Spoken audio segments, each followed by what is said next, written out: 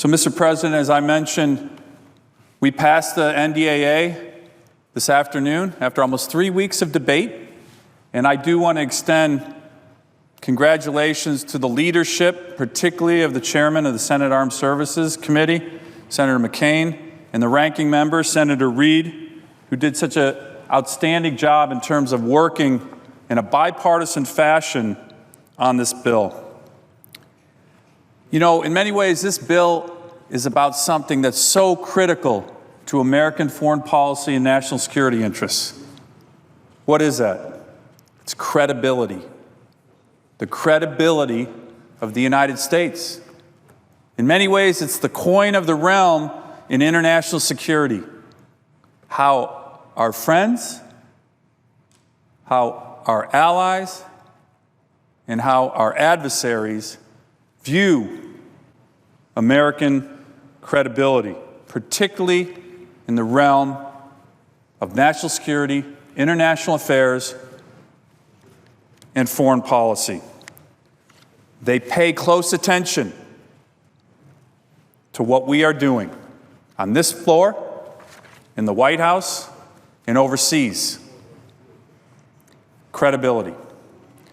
Unfortunately, Mr. President, as many are aware, both at home and certainly overseas, we are rapidly losing credibility around the world. In fact, much of the world is puzzled. What's happening to American credibility in terms of foreign policy?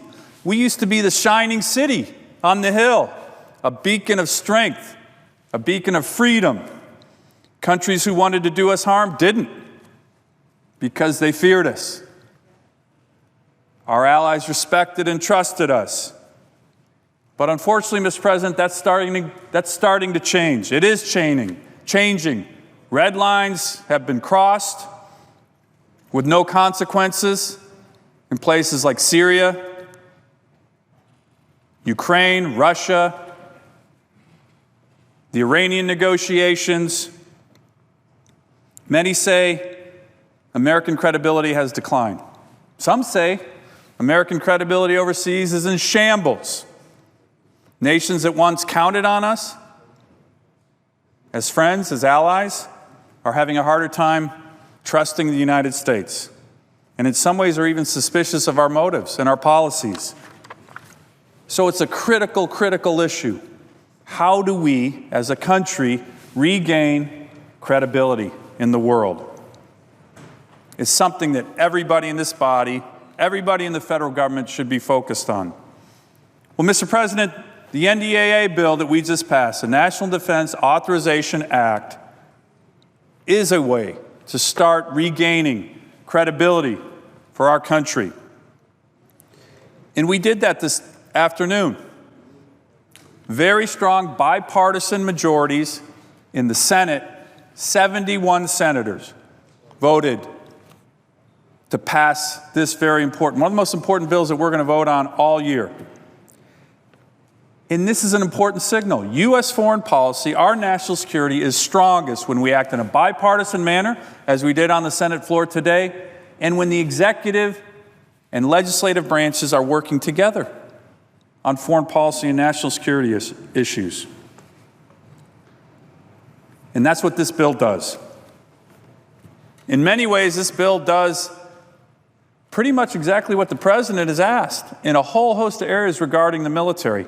For example, it funds the Department of Defense at the levels requested by the President of the United States. Many of the key programs, many of the key reforms. Again, I want to congratulate Chairman McCain, Ranking Member Reed, on such a powerful bill that got through the Senate floor today. The bill also strongly endorses one of the President's signature foreign policy issues, the rebalance of our military focus to the Asia-Pacific. There are many provisions in the NDAA that support this rebalance strategy. Most members, Republicans and Democrats of this body, are supportive of the President's rebalance strategy.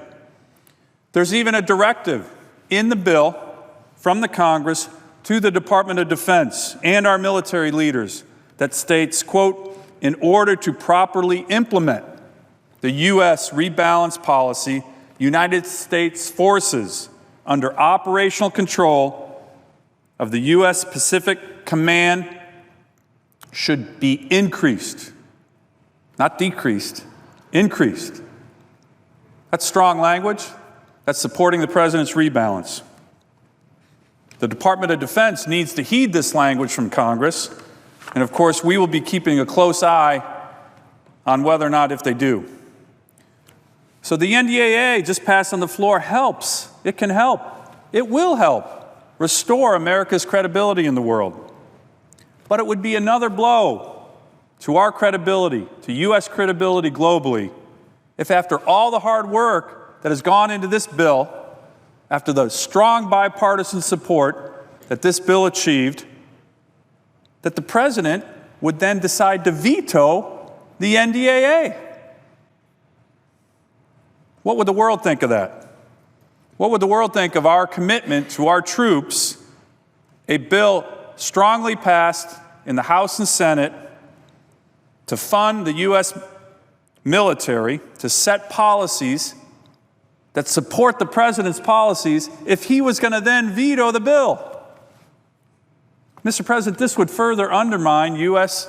credibility in the world, right in at a moment when the Congress is trying to be supportive and rebuild this credibility.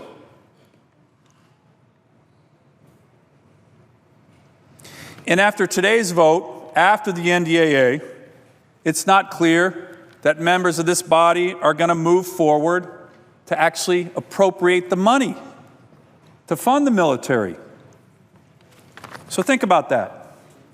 The NDAA passed, strong bipartisan passage out of the Armed Services Committee, strong bipartisan support on the Senate floor this afternoon.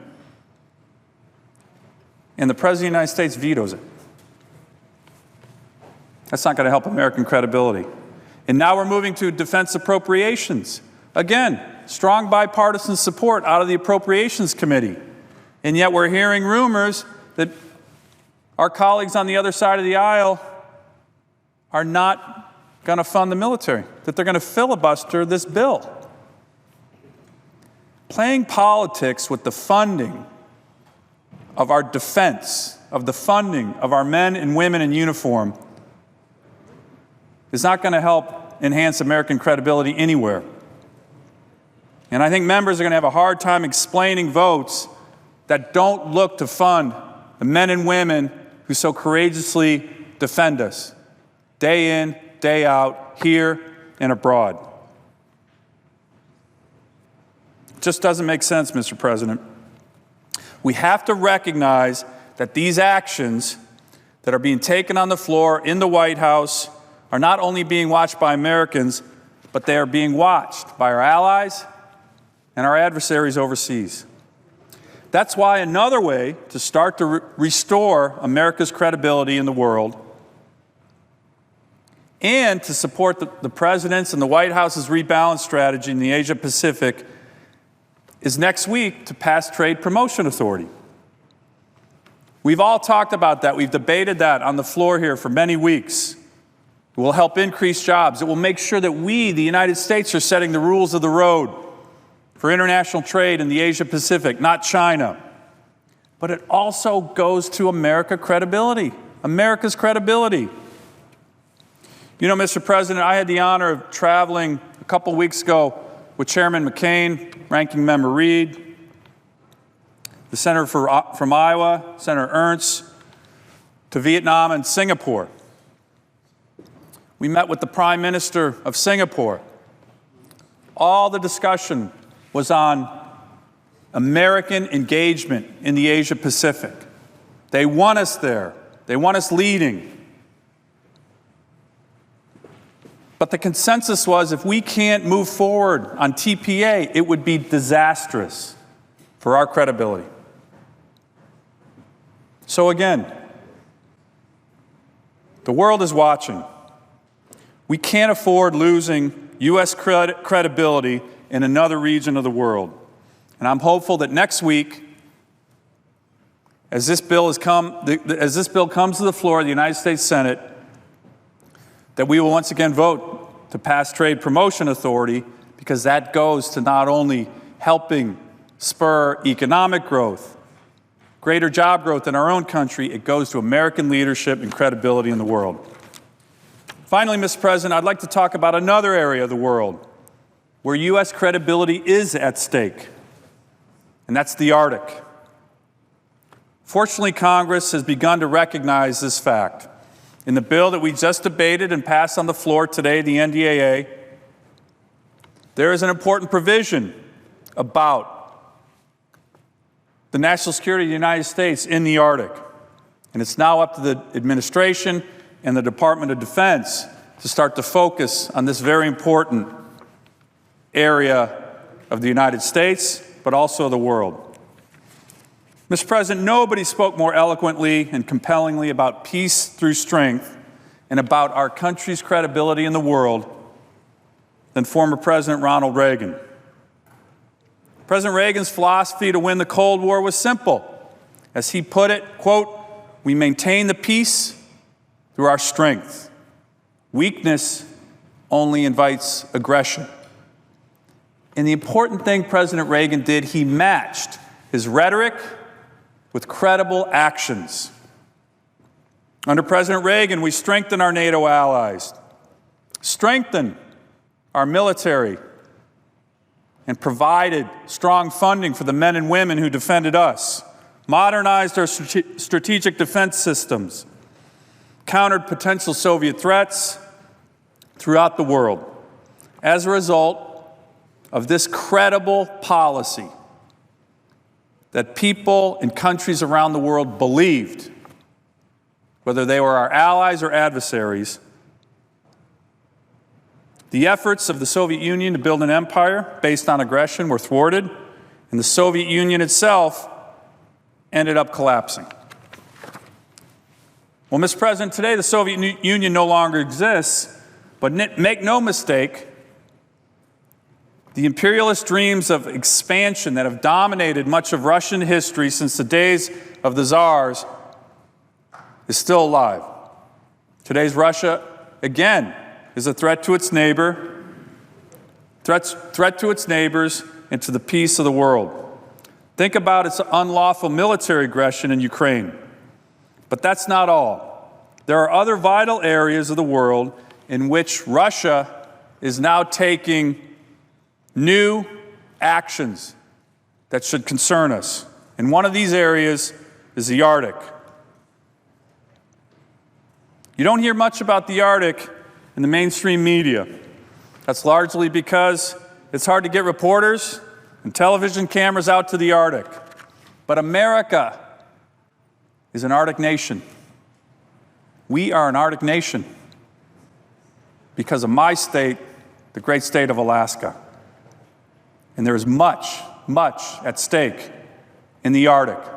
New transportation routes, huge, huge opportunities for energy. As a recent column in the Wall Street Journal pointed out, no wonder Moscow has been racing to reopen old Soviet bases on its territory across the Arctic and develop new ones. The signs are everywhere, Mr. President, that Russia is making a new push into the Arctic. Let me provide a few examples. Earlier this year, the Russian military held 5 days of Arctic war exercises that included close to 40,000 troops, 50 surface airships, 13 submarines, 110 aircraft. The chairman of the Joint Chiefs of Staff, General Dempsey, said recently the Russians are increasing their military forces by 6 combat brigades, 4 of which will be stationed in the Arctic. President Putin has said he wants to build at least 13 new airfields, and they are starting in the Arctic. They are establishing a new Arctic command, several new icebreakers to add to their robust fleet. And in the paper just today, there was another report of the Russians planning yet another large-scale exercise in the Arctic involving 2 Arctic brigades. Mr. President, just last week, CSIS, in a study called America in the Arctic, talked about what the Russians are doing. The article said, recent actions taken by Russia do not instill confidence that the Arctic will be exempt from recent geopolitical tensions. The Kremlin continues to hold unannounced military exercises in the Arctic, which engage significant numbers of forces and simulate even the use of nuclear weapons. Moscow's authorization of use of military force to protect Russian interests in the Arctic, the planned reopening of what they say is over 50 Soviet-era bases along Russia's Arctic coastline, Russia's recently unified Arctic Command, as well as the recent declaration and pronouncement by the Deputy Prime Minister of Russia that the Arctic is Russia's Mecca, have all raised very serious concerns about what's going on in the Arctic. Mr. President, I want to put this in perspective with a map here.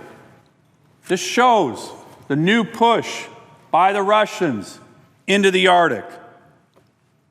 It shows the new airfields, the new bases. Where you look at the map here, red, the different spots on this map of red are the new or existing Russian bases and airfields in the Arctic.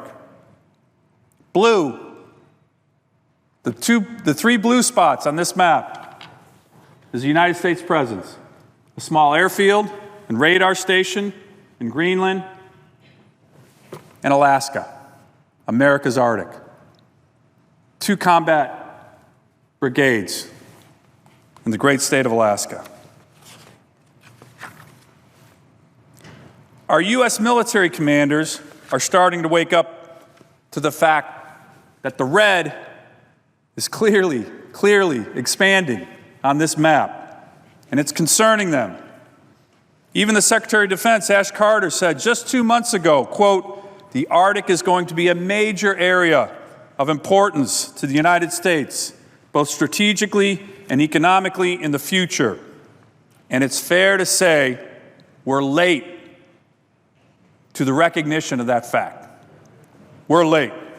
So what are we doing? The Russians have Arctic exercises, new airfields, a new Arctic command, 4 new Arctic combat brigades, according to our own chairman of the Joint Chiefs of Staff. What are we doing? The Department of Defense has a 13-page Arctic strategy. That's it.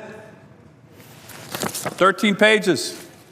That's what the United States of America, the greatest military force in the world right now, as this is happening, we have this. Mr. President, I wanted to talk about credibility. This is not credible.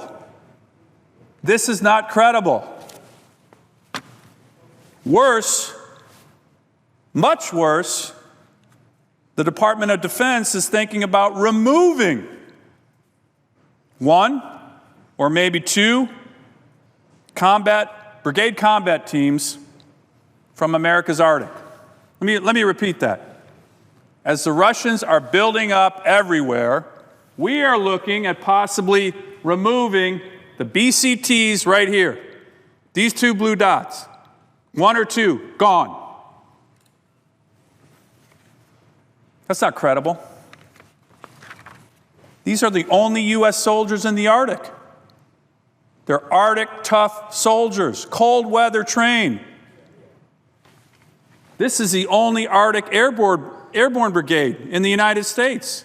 This is the only airborne brigade in the entire Asia Pacific, right here, Fort Richardson, Alaska. These soldiers, thousands of them, are capable, well-trained, tough U.S. soldiers, and they are the only ones capable of protecting our country's interests in the Arctic, as that part of the world becomes more and more an area that Russia becomes interested in. So we have this, 13 pages. We have announced we're seriously contemplating removing these forces from the Arctic. Mr. President, let me just say, Vladimir Putin must surely be smiling somewhere in Moscow as he makes these moves and he hears that the Department of Defense is thinking about removing our only Arctic forces out of the Arctic. This is not credible. We are not only showing a lack of credibility, removing Army troops from the Arctic, removing them from Alaska will show the world weakness. And as President Reagan noted, weakness is provocative. We can be assured of that. Mr. President, this strategy defies logic. Importantly, it also defies the direction of the United States Senate in the NDAA that we just passed by large bipartisan numbers. As I mentioned at the outset, the bill that we just passed states that the Department of Defense should increase troops in the Asia-Pacific region, increase troops under the command of the PACOM commander, which include these troops right here. Fortunately, as I said, Mr. President, there are also provisions in the NDAA to start making sure that our country wakes up to the security interests we have in the Arctic. The bill we just passed here on the floor provides an important first step toward ensuring that the Arctic remains a peaceful and stable and prosperous place. The NDAA requires our military to lay out a specific strategy, not just 13 pages, in the Arctic region that protects our interests there. It requires the Secretary of Defense to update to the Congress on the U.S. military strategy in the Arctic region, and importantly, requires a military operations plan for the protection of our security interests in this important region of the world. Mr. President, the Department of Defense, the United States Army, should not even contemplate moving one single soldier out of America's Arctic until all of this has been completed. And they should look hard at this bill that we hope the President will not veto with regard to the direction of the Congress on the importance of increasing U.S. military forces in the Asia-Pacific to add credibility to our rebalance strategy.